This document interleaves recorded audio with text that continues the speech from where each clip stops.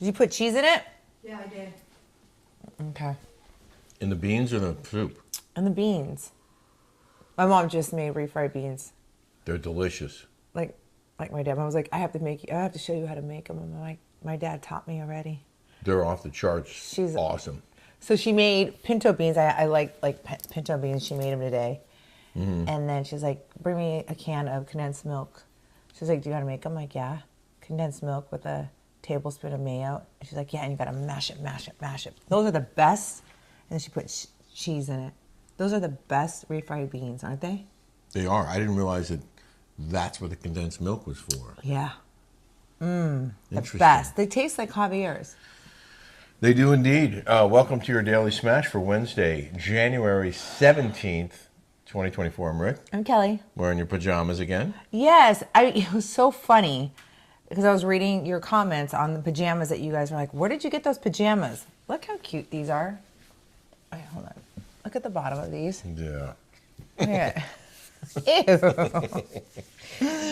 But the ones that I had on, I looked and they didn't have the tag in the back. There's no tag. And so I went through all of them and they didn't have the tags in the back. And I'm like, they sent me, when I was on the show, they sent me a bunch of cute pajamas and I love them. And they're so cozy. Who's they again?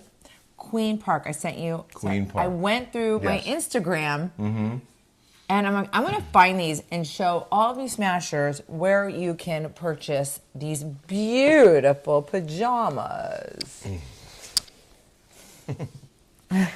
Coming up, Vicky is not cheap. I promise you. And some cool stats about where most smashers live. We were looking at our analytics earlier, not just here in the U.S., but around the world. We have a lot of messages, and we're going to get to them. A lot of people were upset about things I said. Yeah, they think you're a fat phobe. I'm not, but I have some very strong feelings about what we endured on the plane on the way back with the large person next to me. I'm going to get to that. There's nothing worse. I'm telling you right now, I've been with two big, huge, yeah, I'm claustrophobic, huge guys. I was in the middle like this. I had a panic attack. You did. And then I have to tell you a story about my mom, the story that happened. Okay. In 2000, I want to say 2000, maybe 1998, maybe 2000. All right. The funniest story ever. All right, so we have a lot to get to. But first, I do want to address the blur. A lot of you complained that Kelly's face was partially blurred for part of Tuesday's show. What happened, this was one from Valerie who wrote, is it my TV that's doing this? There's a big blur spot over Kelly's face, and April Ross, who's part of your chat. Valerie and April thought it was because I broke out in zits when I was over there and I was getting retin-A. So I have a zit here, I have a zit here, I have a zit here, I broke out. That's not what happened. What And happened they thought it was because I broke out and... No, because I posted the picture of the large man next to me on the plane, and when the smash first went live at 1 a.m. Pacific time, we happened to be up at 3 in the morning for some reason. And so we looked at some comments, and a couple people were like, how can you shame that person? You shouldn't have their picture. And I was like, oh, I thought about blurring his face, and I didn't at the time. So let me just go now into YouTube and edit that one portion and put blur over his face. Because it was rude. We should never have shamed anyone. Agreed. There was no reason to show his face. I Right. agree. It was my fault. I'm sorry for that. Yeah. See, I know how to apologize. I don't.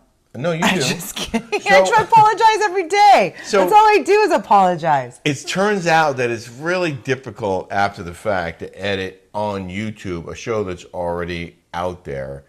But you don't want to take it down because then you lose all the views that you already have accumulated. And I knew that I could do it, and I did. I set it up for the blur, and I put the spot over the guy's face, and it takes like 2 hours to render. So I went back to sleep. But apparently when I did that, I also put that blur somewhere else on the show. I didn't mean to do it. But I was just trying to protect the identity of the person who was sitting next to me. Oh, he was nice. He was a nice guy. There was no issue there. Yeah, yeah. I do want to remind people to subscribe here on YouTube. One of the things we learned in our analytics was roughly half the people who watch are not subscribed. Yeah, why do you watch and not subscribe? Oh, it's free. Just push the subscribe. It helps us. Yeah, it doesn't And cost the you anything. algorithm, like you guys, it's like, why is that? I mean, Can you show them? I will. I'll show you. I want to show you. Half of you guys are not subscribed, but you guys watch. It's so rude. It was 52% of the watch time is from viewers who are subscribed, and 48% of the watch hours are from people not subscribed, which seems odd to me. And then I also want to remind you to subscribe on patreon.com, where we do our Rick and Kelly show. And we have some good stuff coming up for you this week. Stuff you won't see anywhere else. And that's what makes the Rick and Kelly show so great. It is. Exclusive content. Exactly. We did get this gift several months ago, and I forgot to mention it at the time. And then I found the coffee on the shelf. I was like, oh my God. And there was the letter that came. I love this girl. A couple of our patrons, Greg and Donna Daniels, they own the Latitude 24 Coffee Company. So we have Zooms, and we do it on the weekends, and she'll do it. She lives in the Florida Keys, and she'll like watch our Zooms while she's doing her farmers market. It's so cute. They sent us 3 different kinds of whole bean coffee roast. Haitian blue organic medium, Bali blue moon medium dark, and Ethiopian Sidamo dark roast. We don't have a bean grinder. That's why they've been sitting on the shelf. We only have a regular coffee maker in the Hamptons and in the desert. That's it. And This we have one one. we have Yeah, the we don't have one Nespresso. here. No, but I'm have 'em going there. to take this to the desert. And I'll buy a little grinder. They also sent us these. But look, I want to make this because I love spices. I love spices. Yeah. Right here. And I'm like, That's what Captain Greg's it's called spice. coffee spice mix. And he says it's awesome on pork tenderloin, salmon, chicken thighs, bacon, squash, sour cream for chips and veggie dip, mayo, popcorn, goldfish crackers, roasted potatoes, Bloody Marys, just to name a few. So I'm going to put their website on the screen. We're just giving them a shout out because they sent us this very generous, very nice sampling And of their I stuff. miss seeing them. I miss seeing a lot of you guys on Zoom. Like I miss Aaron. I miss a lot of you. Elise sent us Christmas things. You know. Yes, very nice. They also sent us these environmentally friendly Keurig coffee pods. We don't have a Keurig coffee maker either. Thanks. Yeah, no, we have the ones that ruin the environment, like that Nespresso. Right. We have them in the little things. We do. We're going to use Recycle. this, and we're going to get a little grinder, and we'll use that in the desert, right? Mm-hmm. How long are coffee beans good for? Is there an expiration date on coffee beans? Or do they go bad after? I love the smell of coffee. Me too. Anyway, thanks, Captain Greg No, and and Donna. Donna. So we looked at our channel analytics by cities. You want to hear the order of cities who most watch the Daily Smash? Mm-hmm. You ready? I'm ready. Los Angeles is number 1, followed by New York, Chicago, Phoenix, which is like the 4 largest cities in America, Yeah. San Diego, Vegas, Houston, Toronto, Dallas, Melbourne, Australia, Sydney, Australia, Seattle, London, Philly, Atlanta, San Fran, Sacramento, Austin, Denver, Charlotte, Brisbane, Australia. So 3 Australian cities made the top 20. Wow. San Antonio, Boston, San Jose, Orlando, Tampa, Miami. That's weird. 3 Florida cities all together. I know, isn't it? Calgary, Irvine, which is right down the road, Nashville, Indy, Newport Beach, Huntington Beach, which is next door, Minneapolis, Hamilton, Canada, Portland, Oregon, Vancouver, and so a lot of Canadian cities, including Montreal is next. Then Raleigh, Columbus, Winnipeg's on there, Jacksonville, Dublin, Ireland made the list, Scottsdale, Detroit, Mesa, Arizona, not named for Mesa. And then rounding out the list, Perth, Australia, Cleveland, Fresno, and Adelaide. So I think I was 5 or 6 cities in Australia. Isn't that cool? Yeah. Good job. Huh. Good job. We're worldwide, yo. Yay. Those are the top ones. There's more, but I thought that was interesting. And then we got, as I mentioned, hundreds of comments on our show. And some of them were about Vicki because we mentioned that her maid was $20. Oh, God, yes. A lot of people got so upset about that. Yeah. Listen, what she did. Okay, so she told us She's building up this condo. She told me these day laborers make $30 The construction workers. a day. $30 a day. $30. And she said she got a taco truck and she fed all of the workers at the new building that she's building. Just because she wanted to. Just because she wanted to. Because she found out what they were getting paid. And trust me, okay, listen. The cost of living there is lower. Everything is lower. Right. To buy a house is cheaper. Everything is cheaper, you know. And people are like, oh, well, $20. Whatever the cost of living is cheaper there. That's what inflation is. This is why everything is so high.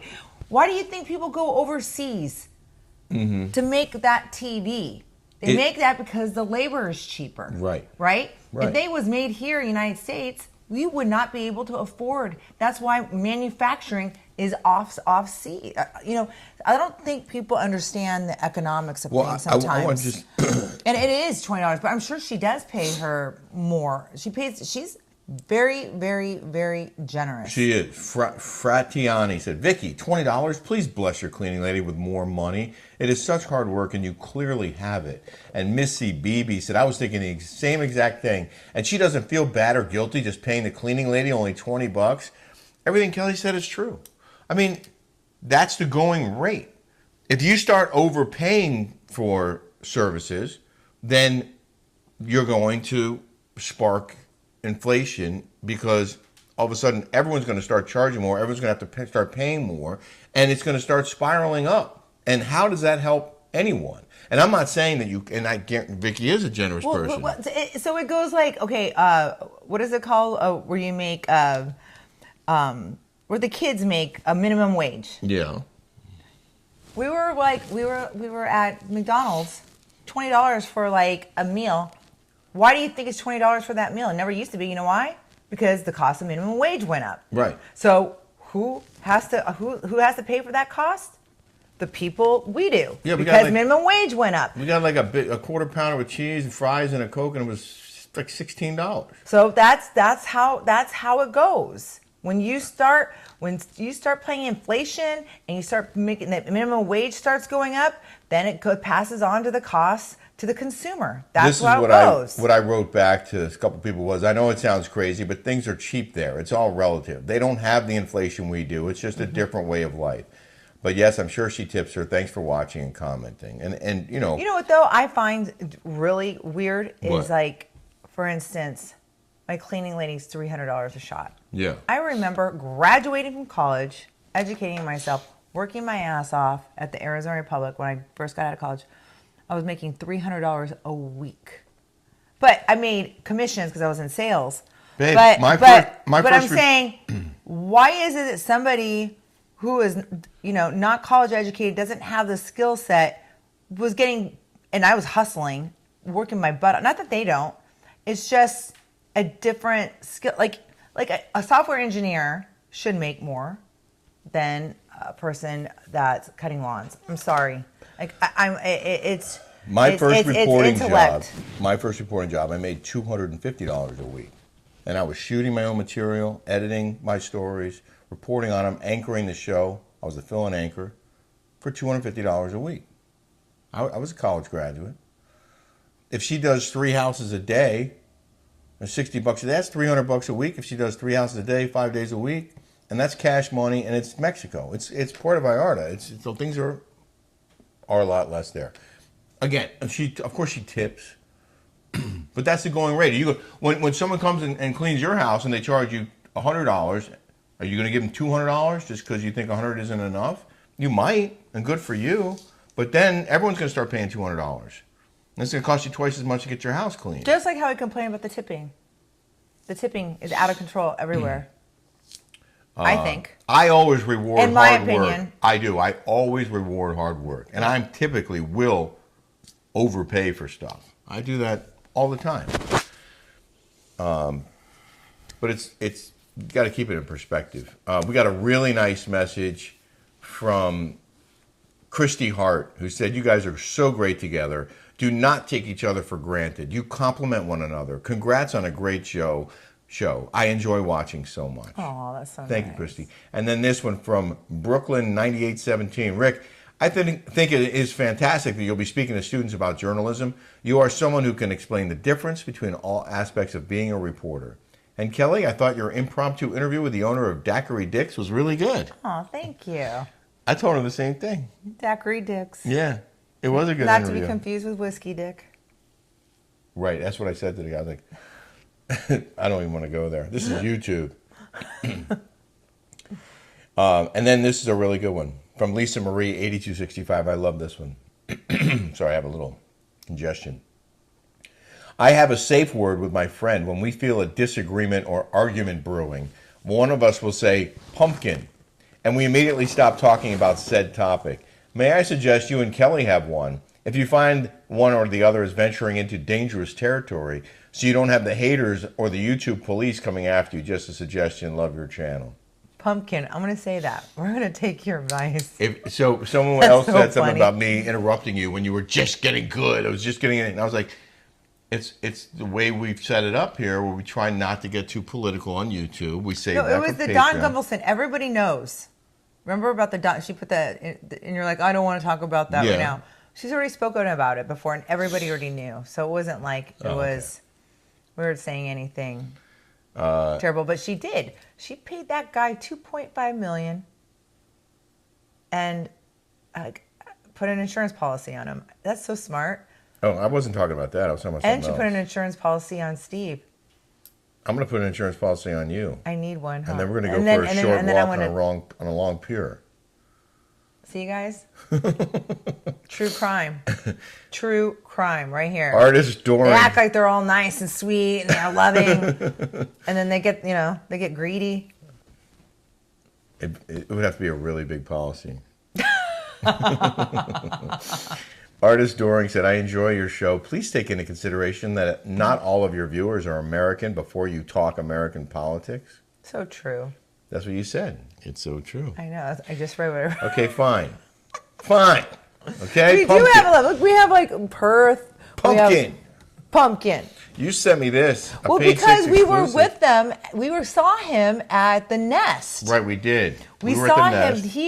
He was at the Nest in Palm Desert. He was a widower, and he was having some kind of celebration of life at the Nest, which is like a kind of like a club restaurant. Our friend Dodie owns it, and we saw him there. And my girlfriend Melanie's boyfriend just passed away, Bob the billionaire, no joke, from Minnesota and lives in Laguna and all this, and Madison Club, and he's a widower, and so I was trying to push Melanie to go talk to him.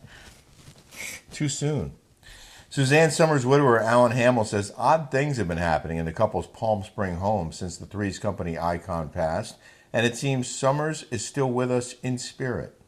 Quote, I'm a believer now that there is an afterlife, he tells us exclusively. Ooh, do you think she's like around? It sounds like her presence is felt. I think that he was so in love with this woman that like they had a bond like no other, those two. Like they loved each other. I don't know what happened to all the messages. I thought I put a bunch of messages in here about my alleged fat shaming, and they're not here for me to read. So let me just sum it up. Can I? Okay, go ahead. All right. So a lot of you thought that I was way too hard on the person next to me, that I was wrong to call out the fact that he was much larger than the seat and that he was encroaching on my space and that it wasn't fair of me to criticize him, that I guess it's the airline's fault for not making the seats large enough, and that I was insensitive on this topic. And that you were fat shaming. That I was apparently, I never used that word, by the way. Well, somebody said fat phobe, that you're a fat phobe. Yeah, but I never said the word fat. No. I did say he was large, I believe, was my word. But here's the thing, and you might hate me for this, but I feel very strongly about this, okay? We all know how big the seats are on an airplane, and most of us fit in those seats. If I'm sitting next to a stranger and I'm leaning in like this on their side of the armrest, they're not going to like it. They're going to get out of my space, right? If I put my foot on their area below, you know I'm going to hear about it. I'm not allowed to put my leg under the seat next to me when there's someone sitting there because I'm encroaching on their leg room. In the same way that if there's an armrest, you're supposed to share it. If I like hog the armrest or lean over that way, you're going to be mad. You're going to be like, hello, flight attendant, he's in my space.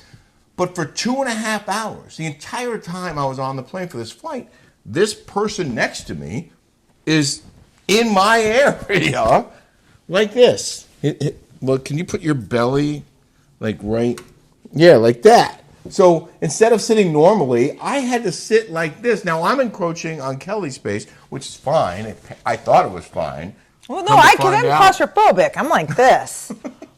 You actually did fall asleep on me like this, which I love that you put your head down on me and all that. That's fine because we're a couple. But if I'm going to do that to the guy next to me or the woman next to me, that's not okay. You're not allowed to go into their area. But this guy's in my area for the entire flight.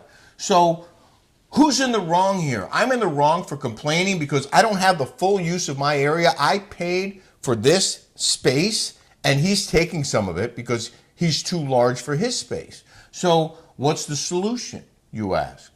The solution is, if you're too big for your seat, then you need 2 seats.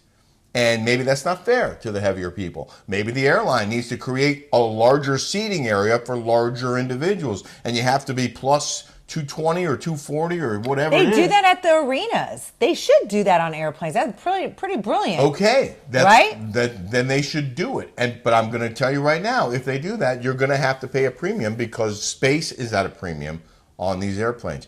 Maybe you can't afford first class, but if you were sitting up front, you would have more room and you'd be able to fit in your seat. But my ultimate point is, it's not fair to me or anyone else if someone next to me is taking up my space because they're too big for their seat area. And I would get yelled at if I took your space, but I'm not allowed to get mad when someone takes my space because they're too big. I'm sorry, but this is the world telling that person, you need to slim down a little bit. It's not healthy to be overweight. Yeah, but then you see some guys that are like freaking 6'6", like tall, big, like long, players? yeah, and like long legs, and they're like, it's kind of sad for those people too. I feel a little bad for those. I because thought you can't about help that. it. I understand that part of it, and that also lends to the argument that you should have a larger section, a section that accommodates larger individuals. Yes, I think that's true.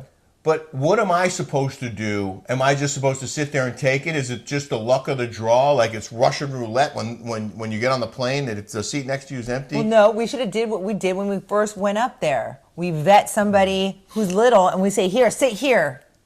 That's what we should do. I was hoping. It was a full flight, babe. I was hoping that we would have enough room, that there would be some empty seats, and that no one would sit between us. And that didn't happen, which is fine. On the way down, we had a thin person. I have a problem with people invading my personal space. Yeah. That's why. You wouldn't like it if you're sitting there normally. If I was single and they were really hot, I wouldn't mind.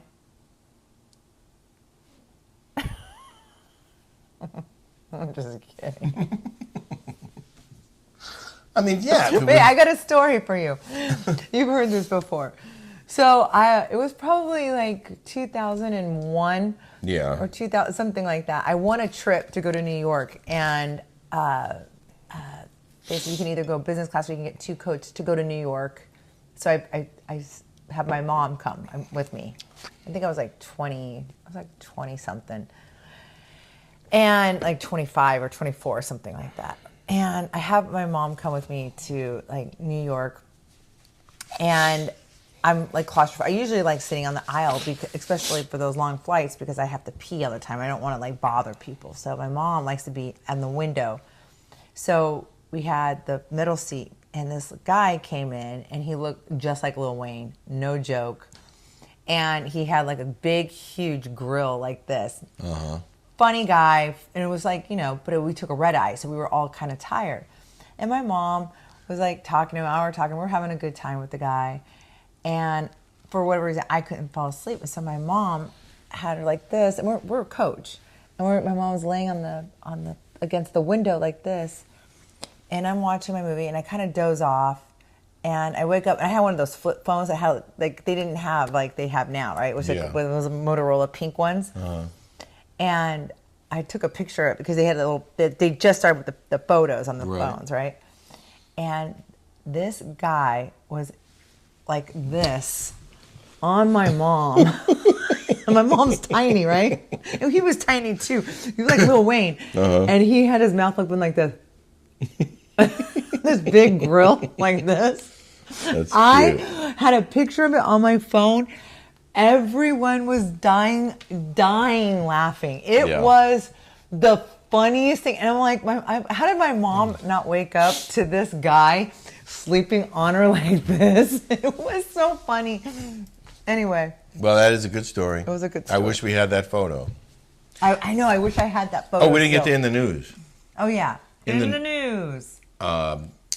So the Emmys were last night, and Better Call Saul. Wait, did you know this? We didn't watch the Emmys last night. No, we didn't watch. But did you know, this is what, according to Vicky, that Vanderpump Rules was up for an Emmy? I did not know that. Yes. Vanderpump Rules was up for an Emmy. They must have a reality TV category. Yeah, the RuPaul's Drag Race one. Oh. Well, RuPaul beat Better Call Saul, which ended its 6-season run with 0 Emmys. It was nominated 53 times over 6 seasons for a variety of different categories. Well, that's Rick's. Let me preface that Better Call Saul, Breaking Bad, Rick loves. And then he likes this prequel of Better Call Saul. It's brilliant, okay? So Rick has a passion for Better Call Saul. It's headlined by Bob Odenkirk and Rhea Seehorn. They just finished their 6-season run. They were up for a bunch of Emmys, including Odenkirk, who was nominated 6 times for Best Lead Actor in a Drama. He played Jimmy McGill. And never won. And the show was up, as I mentioned, 53 different times. 0 awards. Snubbed yet again at the Emmys. You guys suck. The show was awesome. What do you expect? They're woke over there. What do you expect? I don't get it. They don't care about good writers anymore or good actors. They care about wokeism. Yeah. Of course they're not going to win. So, you don't think it's fair? I hope that... you don't think it's fair? I don't. But I hope that, you don't hate me for feeling protective of my space on an airplane. I will sign the petition for larger seats for larger people. But I would just prefer to not have to give up my space. Oh my God. You know what just occurred to me? What? So we are planning our trip to Croatia. We're taking this cruise, right? Yeah. And we went to call the American Express because Rick has over 3 million points or whatever. I've already used up my points already on my American Express. Amex points, yeah. And you know what we should have had her do? They were going to charge us, I think, like $10,000 to do fly-out seats. And then we had a transfer. No, it's $7,000 for a round trip per person. Well, I thought it was $10,000. No, it's $7,200. You know what we should have had her do? What? Which I've done before. Oh, 3 seats in coach? 3 coach seats. Well, then we have our own. I can lay out flat. You mean 3 each or 3 together? 3 each. You buy 3 coach seats. I've done that a million times. It's so awesome. I mean, you don't get the food or the drink or things like that, but I like my own space. Well, I love that lay flat We should see the difference. We should see the difference. All right, I'll find out. Yeah. I'm sure it'll be less. It might be $400, $500, $600 a seat. So it'd be like, what would that be? $1,500 each way. It's going to be about half as much. That's what I'm saying. Honestly, given that choice, I probably still want to go up front on the lay flat. I just love the service. I'm spoiled. I admit it. I always flew first for business. I have too. I've always flown. But I can do 3 in a row. I'll look into it. And with long flights like that, it's really difficult. It especially makes a difference if we have to change planes, though, to have to be sitting up front because you're first on, first off, and it's just an easier trip that way. But if we can save a lot of money and then use that for something else, I'll look at it. I'd rather save the money. For me, I would. Okay. And then like have some a hotel room. And like when we're gonna go to Italy, I'd rather save that money for an awesome hotel room than to be uncomfortable for a few hours. Good to know. Okay, I'll find out. That's just my deal. Okay. And I'm sticking to it. All right. Well, on that note, we hope you have a smash-tastic day. And Thank you for these. Enjoy your coffee. Yes. Yeah, and we'll see you tomorrow. All right. Bye, guys. Have a smash-tastic day.